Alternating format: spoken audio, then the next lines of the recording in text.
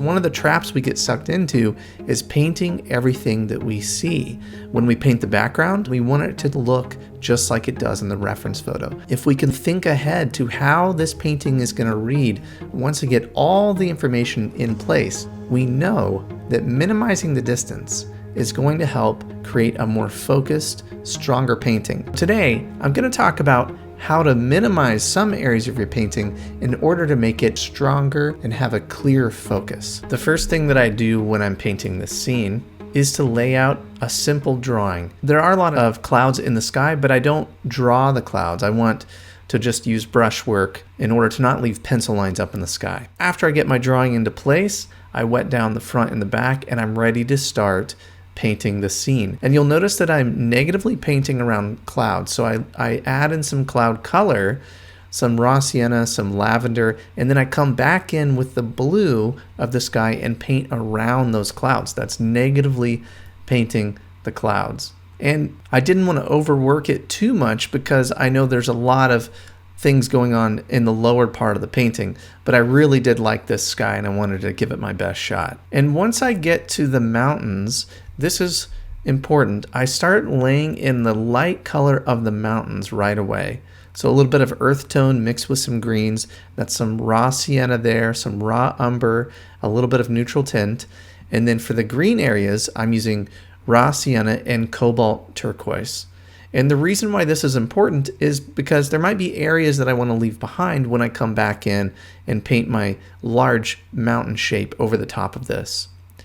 Now, one trick to really help this area feel closer to us is to use more saturation. The warmth I'm using here to create that warm color of the grass, I'm keeping things cooler off in the distance and more warm and saturated here in the foreground. That's one of our keys to creating distance when we paint. That is the first wash of the scene. At this stage, I let everything dry and then I come back in for the next phase of the painting. We can see a lot of detail in the distance. If you look carefully, you can see a lot of little value changes where part of the mountain in the distance is in shadow.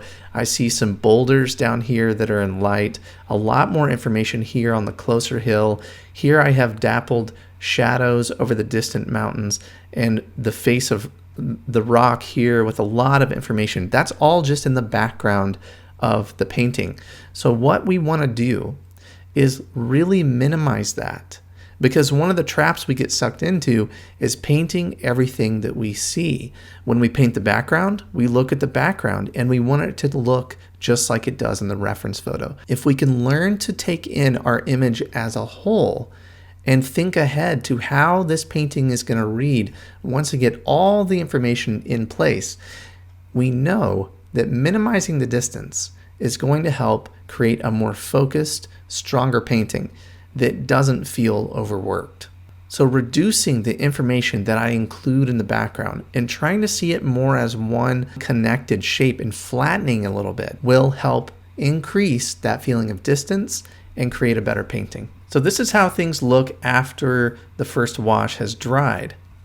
Now, I'm squinting at my reference photograph and I'm using some cobalt blue, a little bit of raw sienna, some neutral tint, a cool gray color for the distant mountains. I don't want it to be straight across, an absolute straight line. I can include some information. You can see the ridge of this mountain has a lot of different shapes to it. While I'm not going to include all the detail of the distance, it is important to have that information to make it look like a mountain range in the distance. I don't want just a straight line across. I do need to have some of that information. My drafting table is at a 35-degree angle. And so the pigment will bead up a little bit at the bottom, but that's a good thing because as I'm paying attention to what's going on up here, I know that I can come back down while this is still wet and work back into that shape and connect it. So use that bead as a way to move across the painting and create that nice, lovely, connected middle value shape. Another thing that I do here is I decided to soften some of the edges. I don't really like straight lines that just cut my painting into parts, especially at the edges of the painting. I don't like a hard line that just leads the viewer out of the scene. I want to soften those to keep the viewer's attention into the middle of the painting. It's a little thing, but in painting, those little things do make a big difference. You can see I'm warming up the wash as I get closer to the foreground and middle ground. I'm using more raw sienna and some cadmium turquoise. I left little bits of information from the first wash. I can suggest some of that detail more and more as we get into the middle ground, but you'll see the back of the painting, that mountain in the distance, is one flat shape. Now I'm increasing the value as I move down. Some of the trees that are in light, I'm starting to paint around to think about that light I want to preserve here. Now I want to connect bits of the middle value into this main area of interest. And I'm using more raw sienna, more warm colors, and I'm carefully painting over areas, trying to be mindful of the light that I want to preserve. And there's part of the road here that I wanted to connect. This is burnt sienna and some raw sienna neutral tint to get that warmer red color for the dirt. And I decided to just drag the bottom of this and break up that shape into the texture of the road here.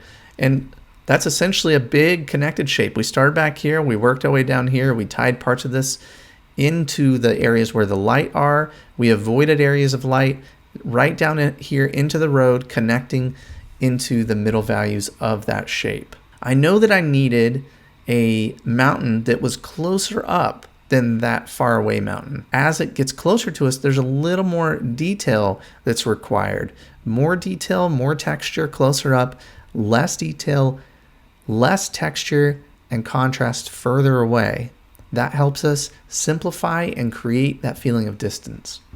And this is a great part about painting, when you can get a nice, hard, crisp edge over a softer edge. That does so much to bring that area forward and let the distance sit back. I'm using a really thick mixture of raw sienna, cobalt turquoise, neutral tint, whatever I need to mix to get up to that right paint consistency. And adding some detail, some bits that are closer. And it's always amazing to me when you stick to the plan, you get some of the richer values and harder edges up close, how all of a sudden it starts to read like it should. And those little bits of darks and detail really bring that area forward. And there was a dead log leaning over here. I added some of that gray early on and used a little bit of gouache here to bring out some highlights and some finish to the scene. And I used some gouache on that log. I felt like we could use a little more interest right here. And that is a look at the finished painting. The next time you take on a landscape scene, work to really minimize that distance. And when you can do that, you're left with a much more focused, much more powerful painting. I come out with a new video every single Monday, so hit that subscribe button if you haven't done that yet. And I've had so much great feedback from my 5-step guide to planning out your watercolor painting. You can learn more about this guide right here. Have you ever been really excited about a painting and you get all set up, you find that right reference that you're excited about, and then it's time to go and you feel lost? I have a free resource that I want to give to you today that can help with these problems. My 5 steps to plan a successful watercolor painting. I walk you through the crucial planning phase of your painting that will help you understand what you're going to paint first, second, and third. The planning is really so important, especially in watercolor. This medium is harder to correct. It's so immediate. So having that plan is very important. I send you a PDF that you can download. And the great thing about this is you can have it on your phone. You could print it out. You can download this right now before you start your next painting. All you have to do is follow this link here and download my 5-step guide to planning a successful watercolor painting.